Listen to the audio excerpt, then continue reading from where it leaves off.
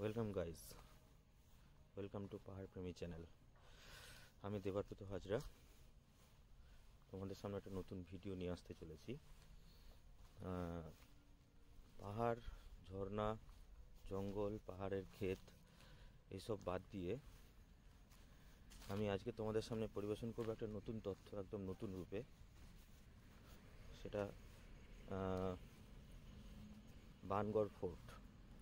ঠিক আছে, জায়গাটা হচ্ছে অ্যাকচুয়ালি গঙ্গারামপুর আর বুনিয়াদপুরের ঠিক মাঝখানে, মানে গঙ্গারামপুর থেকে মোটামুটি 17-18 কিলোমিটার ভেতরে। অসাধারণ একটা জায়গা। আমাদের বাংলার ইতিহাস যদি একটু ঘাঁটো তাহলে সেখানে পাল ও সেন যুগের কিছু পরম্পরা খুঁজে পাওয়া যায়। সেই পাল ও সেন যুগের, বিশেষ করে বল্লাল সেনের কিছু ঐতিহাসিক জিনিসপত্র আজকে তোমাদেরকে আমি উপস্থাপন করে দেখাবো। সো গাইজ প্লিজ পাশে থেকো এবং ব্লগটাকে দেখো। ভালো লাগলে অবশ্যই কমেন্ট শেয়ার করো। ওকে, লেটস গো।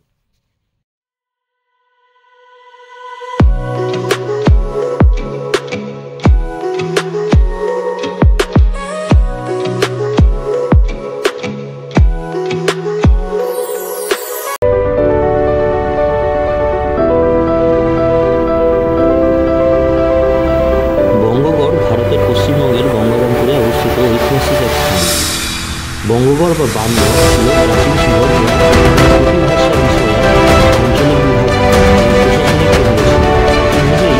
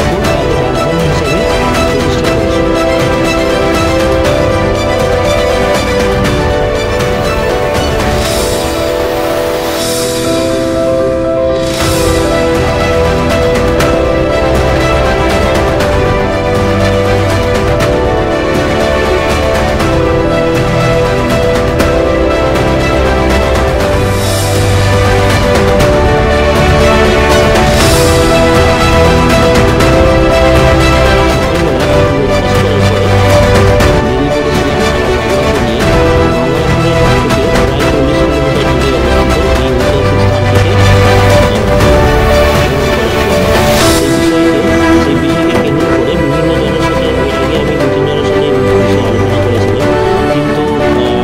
প্রশাসনিক ইউনিটের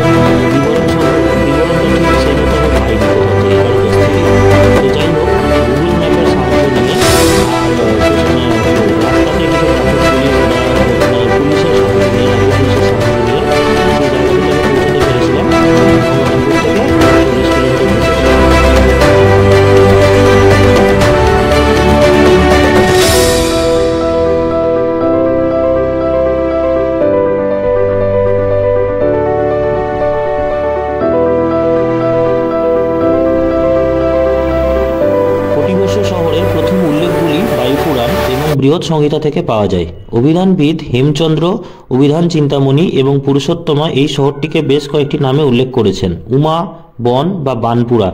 সন্ধ্যাকর নন্দী তার রামচরিত গ্রন্থে শহরের মন্দির ও হ্রদ সম্পর্কে বিস্তৃত বর্ণনা করেছেন।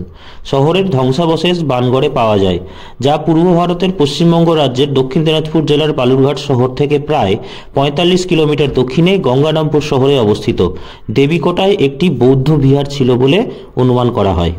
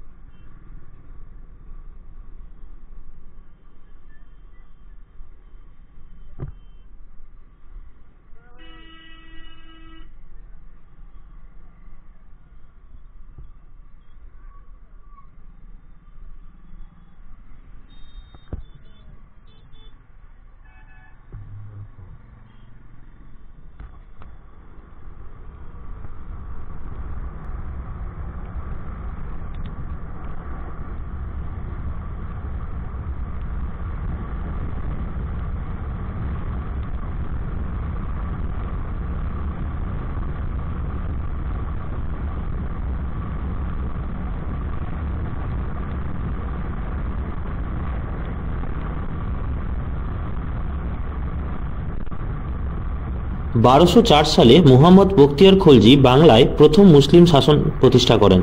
রাজ্যটির নাম ছিল লখনাবতী বা লখনৌতি। রাজধানী কখনো লখনাবতীতে কখনো দেবকোটে স্থাপিত হয়েছিল। বখতিয়ার খলজি 1205 থেকে 1206 সালের মধ্যে দেবকোটে মারা যান। সম্ভবত আলী মর্দান খলজি তাকে হত্যা করেছিলেন, যিনি নারায়ণকোহের গভর্নর ছিলেন।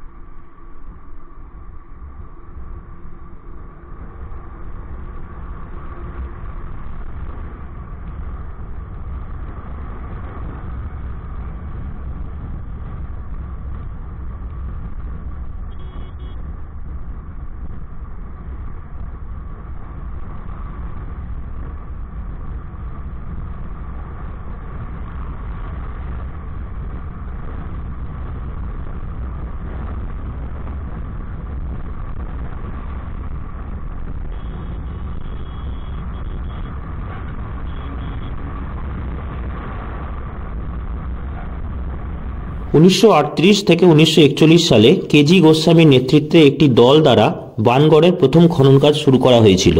পুনর্ভবার তীরে অবস্থিত খননকৃত স্থানটি এর শহুরে চিত্রকে প্রতিফলিত করে। সাইটটির মূল অংশটি একটি দুর্গের আকারে রয়েছে, যা মাটির প্রাচীর দ্বারা বেষ্টিত, যার ক্ষেত্রফল প্রায় 25 হেক্টর, যা সাইটের প্রথম পর্যায়ের। প্রাথমিক পর্যায়টি অনিশ্চিত রয়ে গেছে কারণ খনন প্রক্রিয়াটি প্রাকৃতিক কারণে মাটিতে পৌঁছাতে পারেনি।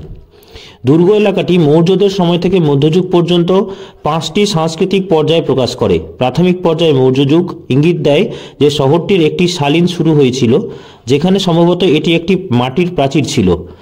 এটি শুধুমাত্র পরবর্তী পর্যায়ে ছিল, যা কুষাণ যুগ, একটি ইট নির্মিত প্রশস্ত প্রাচীরের সাথে ড্রেন, সেসপিট এবং খুব বড় আকারের পোড়া ইট দিয়ে তৈরি আবাসিক ভবন পাওয়া যায়, যা সমৃদ্ধি এবং বৃদ্ধির স্বতন্ত্র লক্ষণ দেখায়। নগরবাদ গুপ্তযুগের খননকৃত সামগ্রী কুষাণ সাংস্কৃতিক পর্বের অন্তর্গত ঐশ্বর্য ও বৈচিত্র্যের সাথে তুলনীয় নয়, যদিও বানগড়ের শেষের গুপ্ত পর্বটি অবক্ষয় দ্বারা চিহ্নিত করা হয়েছে, বিশেষ করে নির্মাণ কার্যক্রমের ক্ষেত্রে। পাল যুগ অর্থাৎ মধ্য 8ম শতাব্দী থেকে দ্বাদশ শতাব্দী পর্যন্ত তীব্র বিপরীতে ফুলের একটি চিত্র নির্দেশ করে।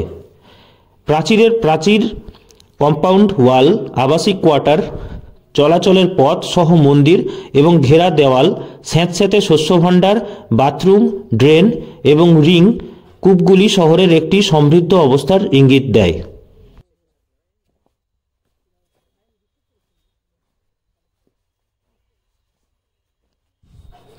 বানগড়ে খনন কাজ শুরু হওয়ার 70 বছর পর ভারতীয় প্রত্নতাত্ত্বিক জরিপ ASI দাবি করেছে যে 500 BC থেকে শুরু করে ভারতীয় ইতিহাসের 8টি সময়কালের নিদর্শনগুলি এখানে খুঁজে পাওয়া গেছে। ASI এর কলকাতা সার্কেলের সুপারিনটেন্ডেন্ট তপন জ্যোতি বৈদ্য বলেন, প্রত্ন সামগ্রীগুলি প্রাক মৌর্য, শুঙ্গ, কুষাণ, গুপ্ত পরবর্তী এবং পাল যুগের সময়কার। এমনকি ভারতে মুসলিম শাসনের অবশেষের প্রমাণও রয়েছে এই বানগড়ে। ASI-র কর্তা কলকাতা সার্কেল দ্বারা খনন কাজ ফেব্রুয়ারিতে শুরু হয়েছিল এবং এর প্রথম ধাপ 10ই মে সম্পন্ন হয়েছিল। বৈদ্য এখান থেকে 45 কিলোমিটার দূরে বানগড়ে একটি মিডিয়া কনফারেন্সের ফলাফলগুলির মাধ্যমে প্রকাশ করেছিলেন। বানগড়ে 1200 একর জায়গা জুড়ে বিস্তৃত পুনর্ভবার তীরে অবস্থিত একমাত্র 3 মাসের খননের মধ্যে একটি সমৃদ্ধ ঐতিহাসিক অতীত সৃষ্টি করে ফেলেছে। এখানে নির্মাণগুলি 2500 বছরের পুরনো ছিল।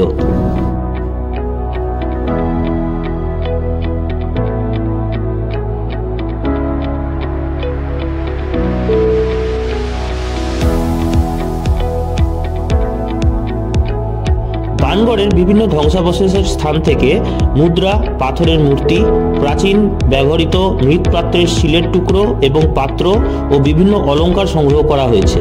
প্রত্নবস্তু এবং শিলমোহরের লেখাগুলি আমরা যে সময়ের উল্লেখ করেছি তা এতটাই সাধারণ যে তাদের কাছে স্ট্যাম্প লাগানো সহজ। এই স্থানটি পুরনো সভ্যতার ইতিহাসে নতুন অন্তর্দৃষ্টি দেবে।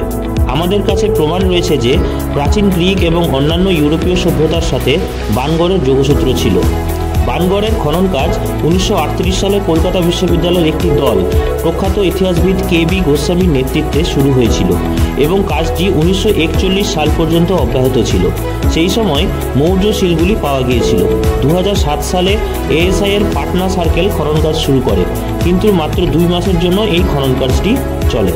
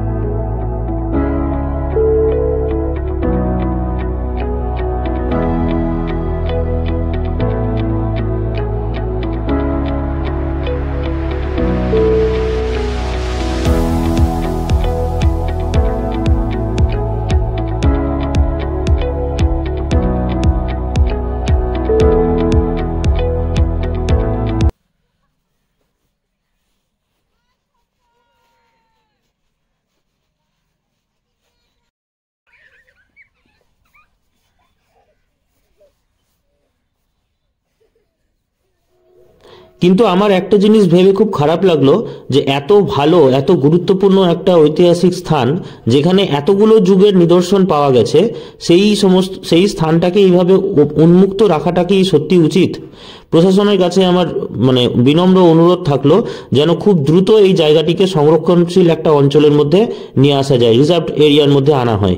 এখানে না দেখতে পেলাম কোনো রকম কোনো নিরাপত্তা বা কোনো রকম কোনো গুছানো একটা মনোভাব বা কিছু, ঠিক আছে। উল্টো দিকে দেখলাম সর্ষে ফুলের সুন্দর ক্ষেত একদিকে দেখলাম, আর এই জায়গাটা দুটো ভাগে ভাগ হয়ে আছে। কিছুটা অংশ রয়েছে ঠিক পুনর্ভবা নদীর সাইড একদম গা ঘেঁষে, আর কিছুটা রয়েছে তার থেকে একটু দূরে। মাঝখানে একটা বিস্তীর্ণ এলাকা পড়ে রয়েছে ফাঁকা, ওই জায়গাটাতে বিভিন্ন শস্যের ক্ষেত, তারপরে বিভিন্ন ধরনের শস্যের চাষ হয়েছে, ধানের জমি আছে। তো ওখানকার লোকজন, স্থানীয় লোকজনদের সঙ্গে কথা বলেছিলাম, তারা একটা কথা বললো যে মানে মানুষজন এই জায়গাটা সম্পর্কে এখনো অত বেশি ওয়াকিবহাল নয়। এই জায়গাটার গুরুত্ব বা ঐতিহাসিক গুরুত্ব কতটা মানে আছে সেই সম্পর্কে এখনো ওয়াকিবহাল নয়। তো আমি প্রশাসনের কাছে এবং জনসাধারণের কাছে এটাই অনুরোধ করব বা আবেদন রাখবো যেন জায়গাটা সম্পর্কে সবাইকে একটু সচেতন করা হয়, যে এই জায়গাটা যেন এইভাবে নষ্ট না হয়ে যায়। ধন্যবাদ। আমার ব্লগটি কেমন লাগলো অবশ্যই আমাকে কমেন্ট এবং শেয়ার করে জানাবেন। আর পরবর্তী ব্লগ আশা করি আপনাদেরকে এভাবে আরও দিতে থাকবো। ততক্ষণের জন্য গুড বাই।